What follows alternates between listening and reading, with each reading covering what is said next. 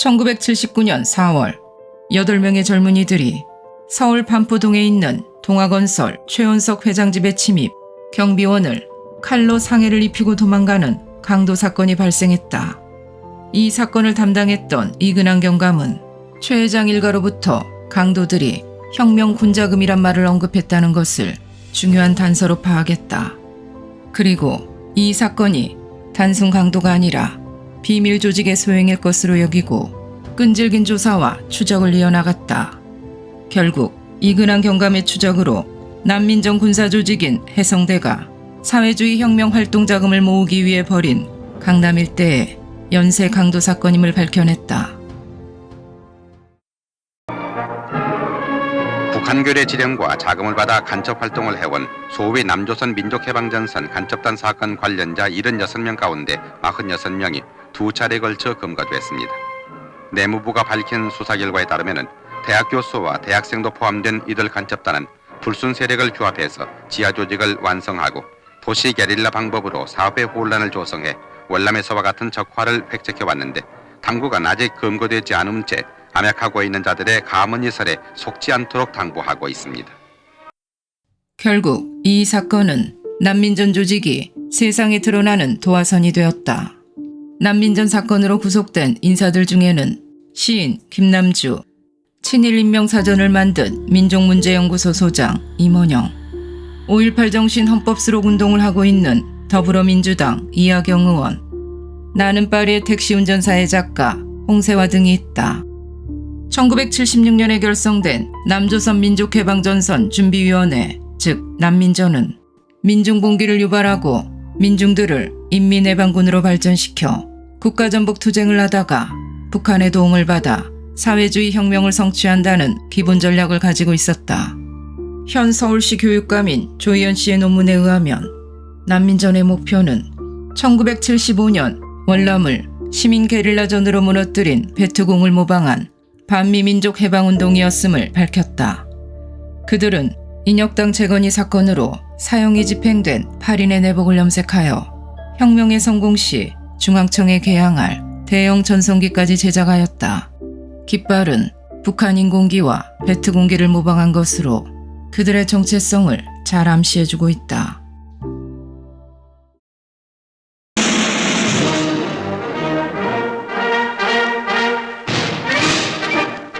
최근 중앙정보부는 큰 규모의 북한괴뢰 간첩단을 일망타진했다고 밝혔습니다. 북한괴뢰 간첩단은 이른바 무력 적파 통일을 위해 가칭 통일혁명당을 조직하고 대한민국에서의 기반 구축과 민중봉기를 획책, 우리나라의 지식층 학생 청년들을 빼서 베트공식 침투 공작을 준비하다가 일망타진된 것입니다. 김영욱 중앙정보부장은 대한민국 국경이 철돈 같은 방위 태세에 있다는 것을 김일성이가 알도록 됐다는 게 이제 다행스럽게 생각합니다. 이번 사건의 관련자는 158명으로 73명은 송치, 50명은 부속돼 있는데 관련자들의 성적을 보면 전직 국회의원을 비롯해서 몇몇 서울의 저명한 대학 출신 등 여러 층입니다. 또한 조희연 씨는 통역당, 인혁당 사건에 동조했던 남한의 공산주의 혁명가들이 베트공을 모방해서 난민전을 결성하였음을 밝히고 있다. 그리고 통역당에서 난민전에 이르기까지의 모든 지하당들이 북한과 관계를 맺고 있음을 논문에서 이렇게 밝혔다. 통역당의 경우에는 지도부 모두가 월북 경험을 갖고 있으며 북한의 지원, 지도를 즉각적으로 수용하려고 하였다.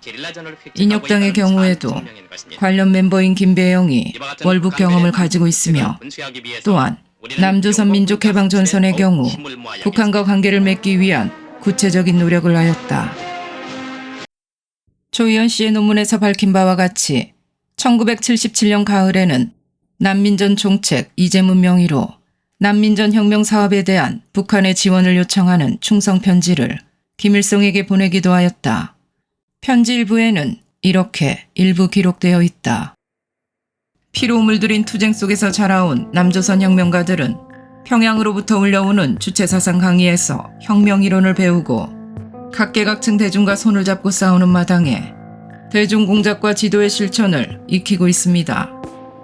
6월 3일 항쟁 때의 1차 인혁당 사건, 동백림 사건, 통역당 사건, 4월 3일 민청학령과 2차 인혁당 사건 등 각종 혁명 조직 사건과 잇따라 일어나는 개별적 사건 속에서 혁명적 교훈을 배우는 것은 남조선 혁명가들에게 필수적인 학습 과제가 되었습니다.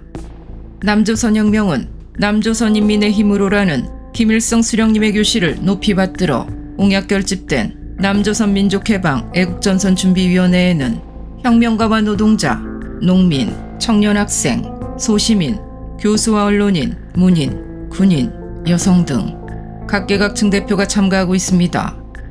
항일 빨치산 투쟁의 위대한 전통을 이어받기로 남조선 민족해방전선 준비위원회 전사들은 불굴의 투지와 결의, 규율, 인민 대중에 대한 무한한 헌신성으로 남조선에서 외래 제국주의와 그들의 앞잡이를 쓸어버리고 남조선 인민들을 착취와 억압에서 해방하고 강산을 뒤흔드는 만세의 함성과 함께 경애하는 수령 김일성 원수님께 없어 조선민주주의 인민공화국의 품 안으로 안기는 영광스러운 조국 통일의 그날을 앞당기기 위하여 목숨을 걸고 투쟁하고 있습니다.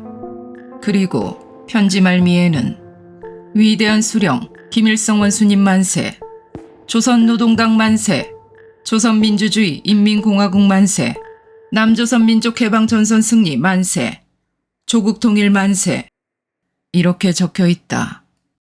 1978년 북한은 난민전의 충성도를 시험하기 위해 지정된 장소에 삐라를 살포하라는 지령을 내렸고 난민전 요원들은 2번에 걸쳐 그 지령을 수행하기도 했다. 결국 난민전은 조희연 씨의 표현대로 기존의 지하당 전통을 계승하고 자생적인 운동 세력의 결합인 것이다.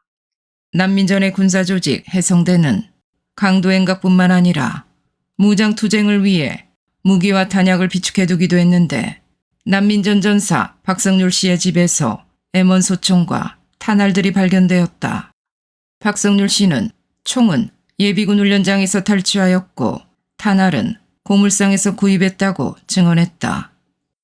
난민전 해성대 조직원이었던 시인 김남주 씨는 자신은 그냥 시인이 아니라 해방전사임을 같은 조직원 박석삼 씨에게 고백하기도 하였다. 또한 김남주 씨는 칼로 싸울 때에는 칼로 싸우고 펜으로 싸울 때에는 펜으로 싸우고 총으로 싸울 때는 총으로 싸워야 한다고 주장하였다. 광주 출신 박성률 씨는 민청학년, 난민전, 범민련 사건으로 구속된 바 있으며 통역당 재건 사건으로 무기형을 선고받았던 임동규 씨의 권유로 난민전에 가입하였다. 그 후 박성률 씨는 김남주, 이하경, 홍세화, 이강 등을 난민전에 가입시킨 인물이다. 2022년에는 작가 황강우 씨에 의해 난민전 전사들의 이야기를 담은 그 시절 광주 사람들이 출간되었는데 부제는 혁명가 박성률과 그의 벗들이었다. 황강우 씨의 책을 들여다보면 난민전과 1980년 광주의 은밀하고 깊은 끈이 연결되어 있음을 눈치챌 수 있다. 황강우 씨의 저서에서 알 수 있듯이 난민전 전사들은 대부분 광주 출신이었다. 또한 광주 사태 당시 수많은 성명서가 난민전 전위 조직인 민투 이름으로 발표한 것은 부인할 수 없는 진실이다. 그렇다면 또다시 반복된 질문을 던지게 된다. 도대체 5.18 정신이 무엇인가? 이제 난민전조차 민주화 운동의 범주에 포함이 되는 시대를 살고 있는 지금 더불어민주당은 민주화 보상법과는 별개로 민주유공자법을 추진 중인데 난민전 관련자들도 포함되어 있다고 밝혔다. 1979년 박정희 대통령 시해 사건이 벌어지기 직전 실체가 드러난 난민전은 1980년 이래 지금까지 벌어졌던 수많은 사건들의 씨앗이 되었다. 씨앗들은 독버섯이 되어 그들의 오랜 열망을 헌법 전문에 수록하자는 주장을 그치지 않고 있다. 한총련 세력들이 장악한 야당들뿐만 아니라 전향을 가장한 이들이 즐비한 여당까지, 심지어 운동권과 아무 관련이 없는 이들까지 하나가 되어 자유대한민국을 침몰시키려 하고 있다. 그러나 쉽지 않을 것이다. 공산주의자들이 가득했던 흑암의 시간을 건져 올려 1948년 자유민주국가를 선포한 이승만 대통령, 가난의 굴레를 벗어던지게 한 박정희 대통령, 자유와 자율의 선진국으로 도약해야 한 전두환 대통령이 계셨고, 그 시대를 기억하고 지키려는 자유대한민국 국민이 존재하기 때문이다.